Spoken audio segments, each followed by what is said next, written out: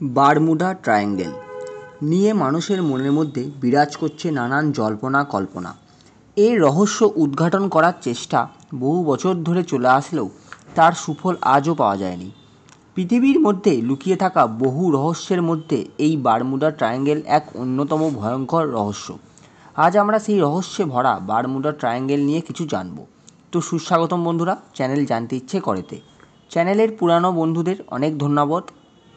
নতুন বন্ধুরা যারা এখনও চ্যানেলটি সাবস্ক্রাইব করেননি তাদের কাছে রিকোয়েস্ট থাকলো চ্যানেলটি সাবস্ক্রাইব করার জন্য। বারমুডা ট্রায়াঙ্গেল নিয়ে মানুষের মনে বিভিন্ন জল্পনা থাকার কারণে এটিকে অনেকে ডেভিলস ট্রায়াঙ্গেলও বলে থাকে। উত্তর আটলান্টিক মহাসাগরে প্রায় ২৬ লাখ বর্গ কিলোমিটার জুড়ে স্থানটি বারমুডা ট্রায়াঙ্গেল নামে পরিচিত। এর নামের সাথে ট্রায়াঙ্গেল অর্থাৎ ত্রিভুজ থাকার কারণ হলো এর আয়তন 3 দিকে 3টি স্থলভাগ দ্বারা বেষ্টিত। বারমুডা যুক্তরাষ্ট্রের ফ্লোরিডা এবং ক্যারিবিয়ান সাগরে অবস্থিত পুয়ের্টো রিকো, এই 3টি স্থান যুক্ত করে যে স্থানটি পাওয়া যায় তা বারমুডা ট্রায়াঙ্গেল নামে পরিচিতি লাভ করেছে।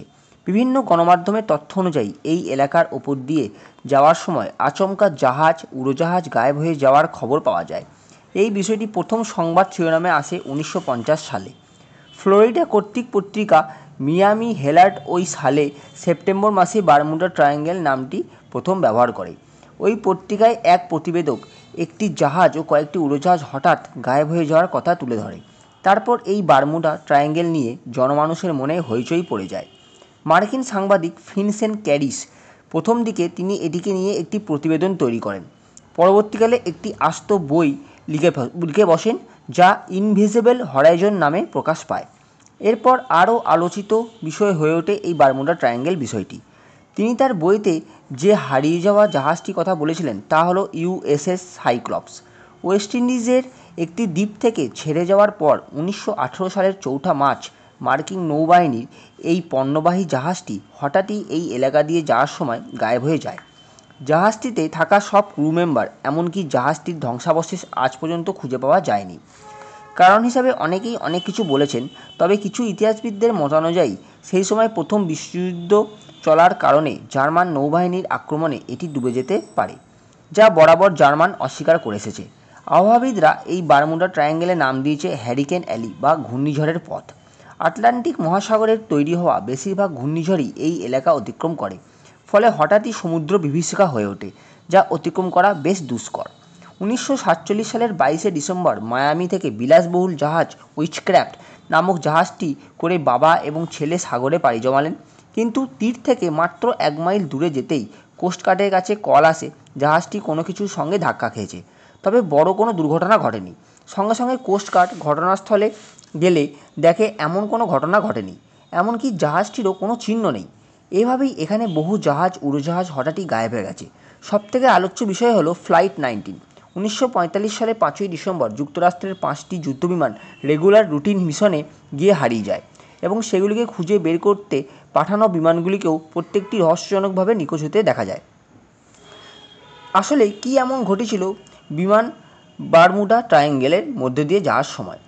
এখানে শতাধিক জাহাজ ও উড়োজাহাজ হাজারখানেক মানুষ নিয়ে হারিয়ে গেছে। এখানে একবার প্রবেশ করলে ফিরে আসা যায় না। বহু থিওরি এই নিয়ে প্রচলিত। কেউ বলেন এলিয়েনরা এখানে ওত পেতে থাকে জাহাজ বা উড়োজাহাজ হাইজ্যাক করার জন্য। কেউ বলেন সেখানে সাগরের নিচে এমন এক বিশাল প্রাণী আছে যা এগুলো ঘটায়।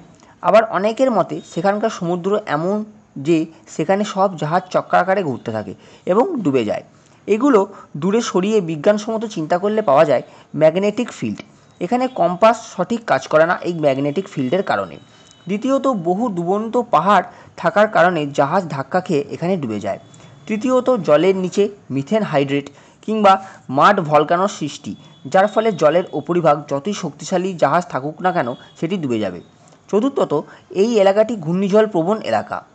শেষ কারণটি খুবই গুরুত্বপূর্ণ, যা হলো মনস্তাত্ত্বিক। এই অঞ্চল দিয়ে অতিরিক্ত হইচই কারণে পাইলটদের মনে এক ভয়ের কাজ করে যাওয়ার সময়। তবে রহস্যকে পুরোপুরি অস্বীকার করার কোনো জায়গা নেই। 75 বছরের বেশি পেরিয়ে গেলেও ফ্লাইট 19 বিমানগুলো যেগুলি নিখোঁজ হয়েছিল তার ধ্বংসাবশেষ আজও পাওয়া যায়নি। এই এলাকায় দিয়ে গালফ স্ট্রিম নামক স্রোত বয়ে যায়, যা বিশাল শক্তিশালী। এটি যাবতীয় জাহাজ বা উড়োজাহাজগুলির ধ্বংসাবশেষ এক জায়গা থেকে দেয় না, বয়ে নিয়ে যায় সেটা বহু দূরে। যার ফলে ধ্বংসাবশেষ খুঁজে পাওয়া যায় না। এছাড়া এখানকার সমুদ্রের গভীরতা প্রায় 6 থেকে 8 কিলোমিটার পর্যন্ত হতে পারে। তো আপাতত এইটুকু বন্ধুরা, আপনাদের অসংখ্য ধন্যবাদ। আমার চ্যানেলটি লাইক, কমেন্ট, সাবস্ক্রাইব করে পাশে থাকার অনুরোধ থাকলো প্রত্যেকের কাছে। ধন্যবাদ সবাইকে।